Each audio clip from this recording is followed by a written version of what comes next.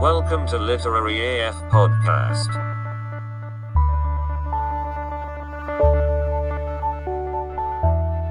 Hello! Welcome to Literary AF Podcast. My name is Sheldon. I'm Danni. And we are here today to talk to you about a book. Yes. It is a book about a thing. Yes, it is. Very good. I'm going to talk about Red, White, and Royal Blue by Casey McQuiston. If I said that wrong, I'm sorry. This is actually the author's debut book. Ooh. So I thought that was really exciting. Congratulations, you published something. That's more than either of us can say, so way to go.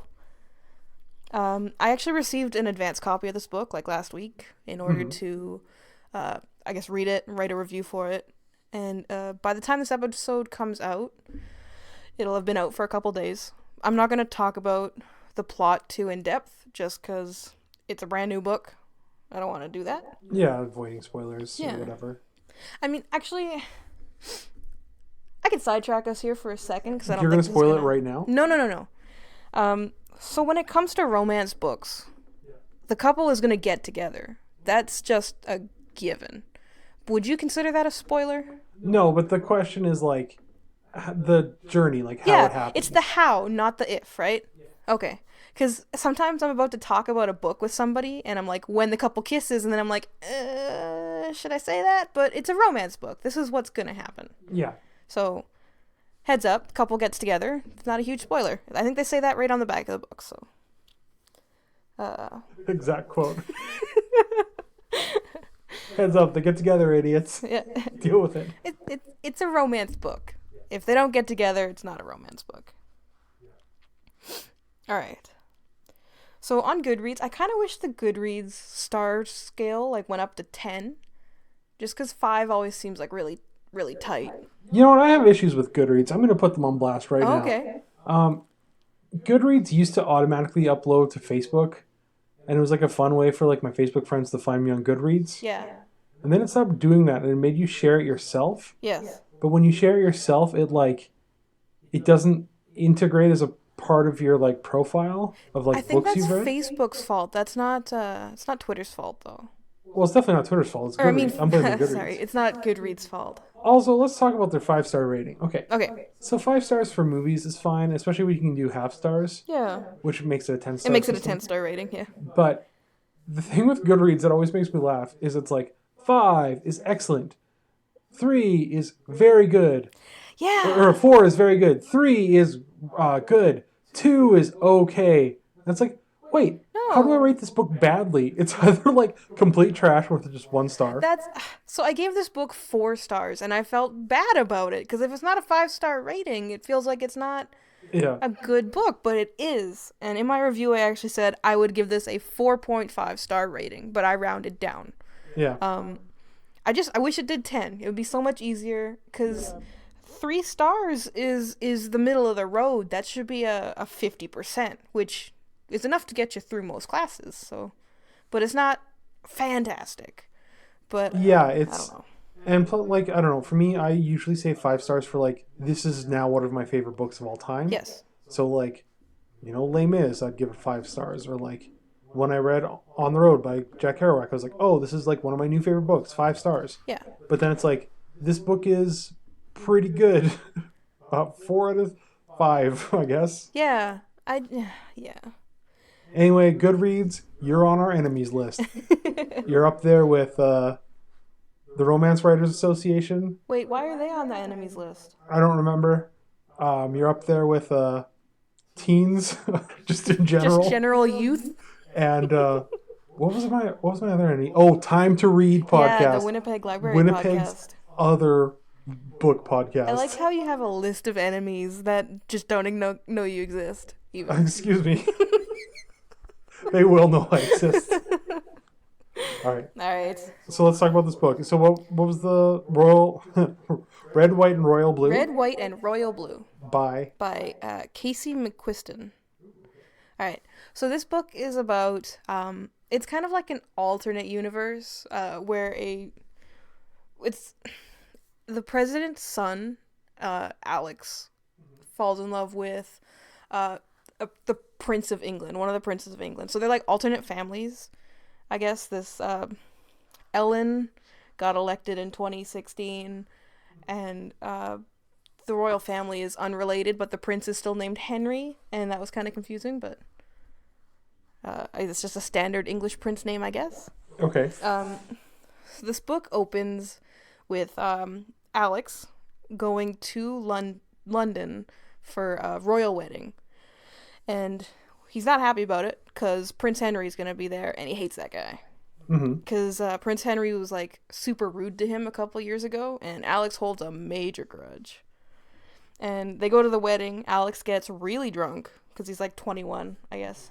And there's an altercation, and they end up knocking down the whole wedding cake, which is like 75 grand or something.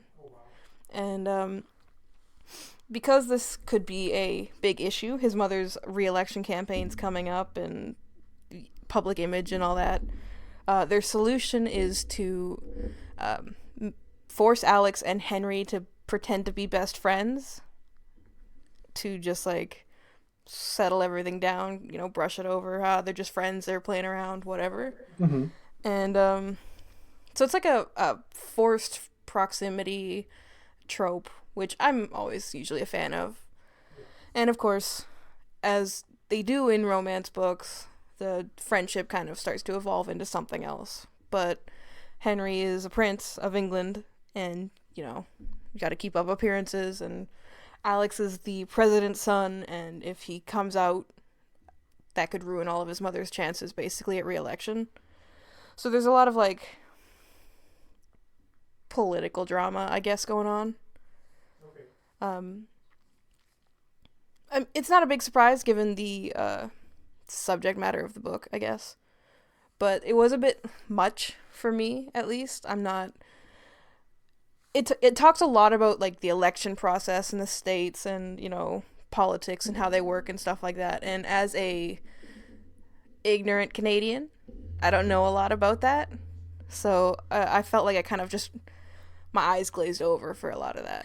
No, I try to avoid a lot of politic talk. It gets very heated, and it's a good way to get people yelling at each other. So I try to avoid it, because I don't like confrontation. You heard it here, folks. Danni is an anarchist. No. She wants to burn the system down. No.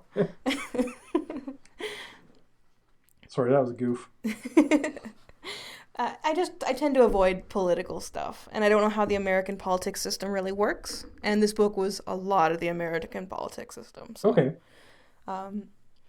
The book itself I did really like 4.5 stars out of 5 is fantastic still. I do recommend it. It was very sweet, cute. That's its current overall rating on Goodreads is 4.5. Oh, well, there you go. So that's about standard. I like the characters. It felt kind of painfully optimistic at times, which can get to be a little much. I don't even know how to describe it, but when everything is, like, so perfect, everything goes great, and there's no real... I don't really know how to talk about it properly without... No real conflict? There's a conflict, but it's not as big as it probably should have been. Okay. Everything kind of goes really... It goes better than expected, which is... I don't know, it feels less real. When we talked before, when we had our infamous argument now about happy endings... Yes. My problem isn't so much with happy endings in themselves. It's the idea of, like, everything going perfectly for a person. Yeah. That's actually the thing that that bothers me when I'm reading a book, is if, like, everything turns out perfectly, especially if there's no, like, if the conflict itself is kind of, like, doesn't matter or, like, doesn't affect the characters, then I'm kind of like, yeah, that's what gets me, my blood boiling, not happy endings. I'm okay with there being happy endings. Right. There's conflict, and there's problems that need to be solved and stuff in the book, but just...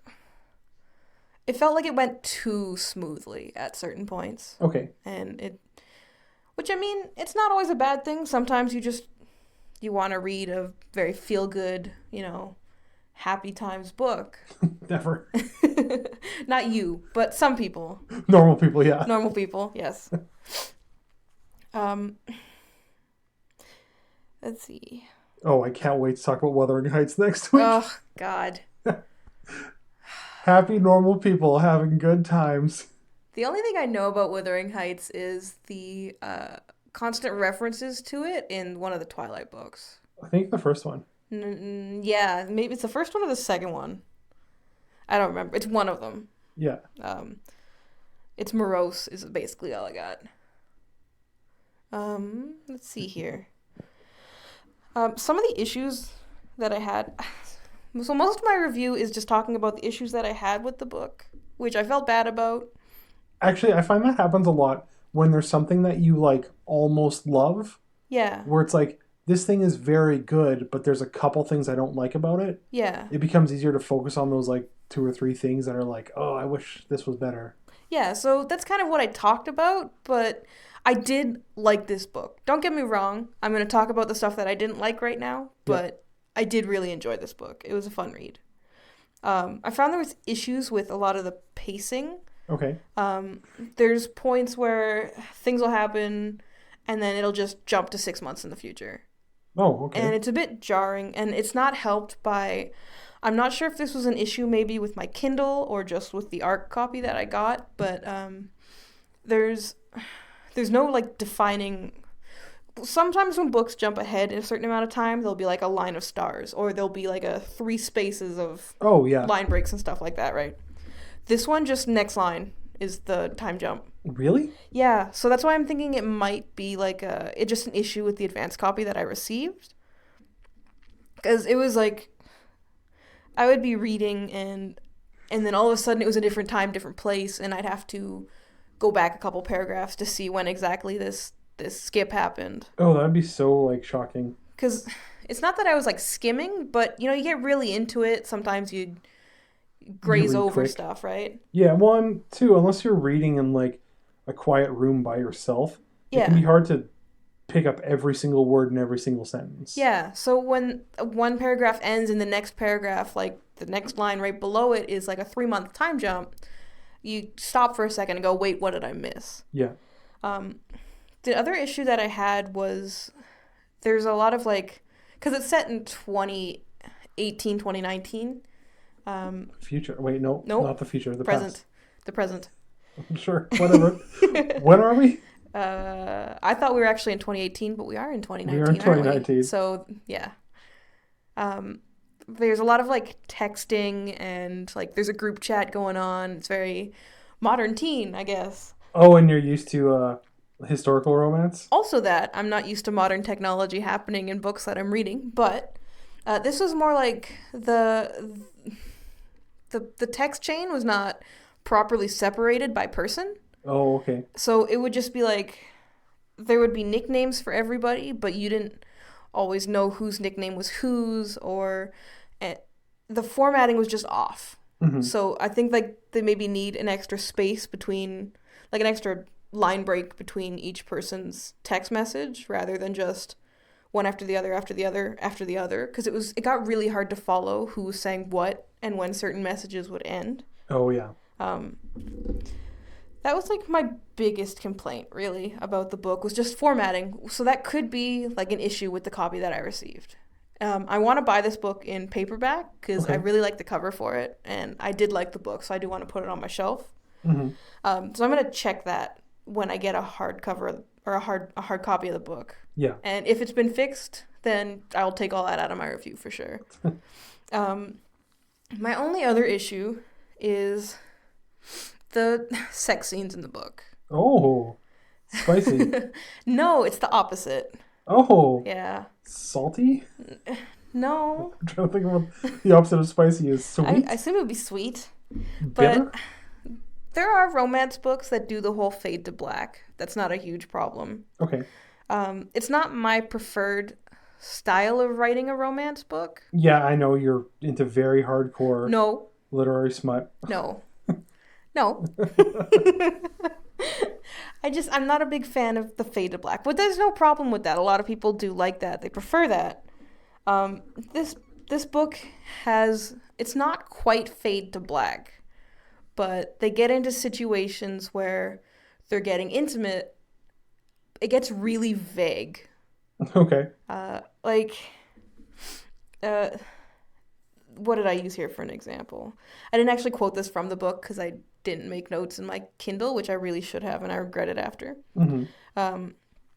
But it's basically, it says things like they get lost in each other, and then they separate. Oh. So it's not quite a fade to black, but it's not really being descriptive. Yeah. And I found that kind of confusing at certain points when you're like, wait, who's doing what? What just happened? And afterwards they'll talk about blowjobs and you're like, oh, okay, that's what happened. But in the scene itself, it doesn't actually make any real mention of that. Yeah. And it gets kind of confusing. So yeah, I can see that. It's, again, that's a something that some people might not have a problem with. That's just not the style of scene that I like, personally. Which kind of, I guess, goes into my next thing. The book is, last I saw I think it was on Goodreads, it was categorized as an NA, a new adult novel. Ooh. Which I didn't really know was a thing until a couple months ago. But I guess it's the step between young adult and just normal adult, standard grown-up books. But the definitions on this book, this genre, I guess, are really loose.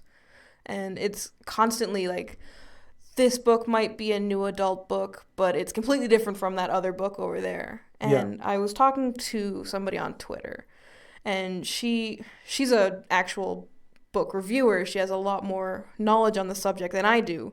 Mm-hmm. And she says, I don't even know what qualifies as a new adult book anymore, because the book that she had read had like super raunchy sex scenes in it, and the book that I had read had very vague, undetailed ones. Yeah. So there's no like, that's not I guess a definition is the amount of detail in the sex scenes.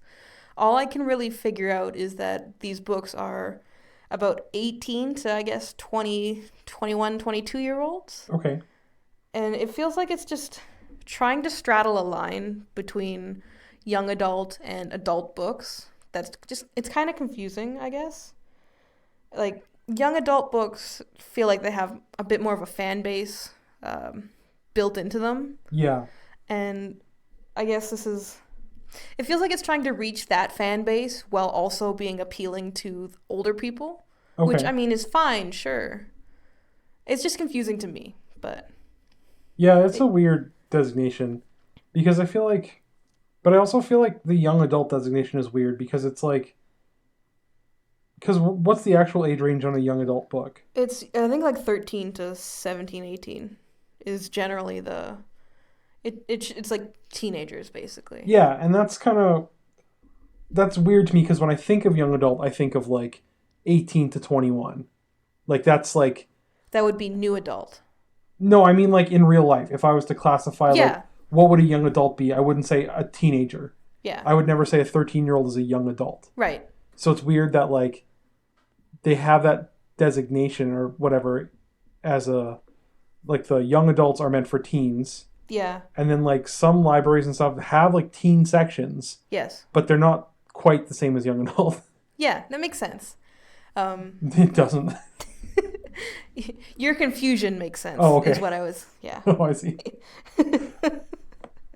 I don't know. New adult, I feel, just needs, like, a better definition of what makes it a new adult, I guess. Because this one, I feel like, was very tame. But apparently there's a lot of them out there that are definitely not. But you wanted, like, XXX Throwdown. No, I did not want XXX Throwdown. I just wanted to know who was in control of the situation. Oh. Yeah. So. Yeah, and plus, like, when you're using the really vague phrasing like that, it could mean anything from, like, oh, they hugged, or they stayed up all night and talked, or they had, like, hardcore like throwdown, Yeah. like bareback sex. So it's Yeah. like you really need like something a little more Yes. descriptive. Because there was like a point where they'd been together for a few months and then they were going to have sex for the first time. But I hadn't realized that they hadn't actually had sex until that point because it was not clear in the other sex scenes in the book. Oh, okay. I wouldn't even call them sex scenes at this point. Just intimate moments, I guess. But what time are we at? 20 minutes. Okay, not bad, not bad. All in all, despite these are not huge flaws. This is my own personal preference and formatting. That might just be an error on the Kindle part.